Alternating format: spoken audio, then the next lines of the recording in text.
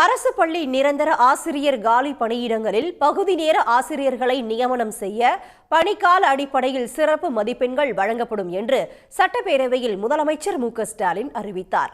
இதற்கு வரவேற்பு தெரிவித்துள்ள ஒருங்கிணைந்த சிறப்பாசிரியர்கள் சங்க நிர்வாகிகள் அரசுக்கு நன்றி தெரிவித்துள்ளனர்.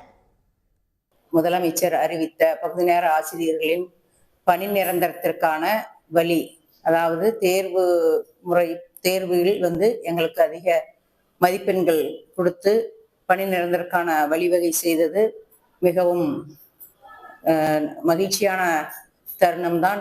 ஏற்கனவே அறிவிக்கப்பட்ட 15,000 ரூபாய் ஊதியமும் மே மாத சம்பளமும் ஏற்கனவே அறிவிக்கப்பட்டிருந்தது. அதற்கும் ஒரு நன்றி.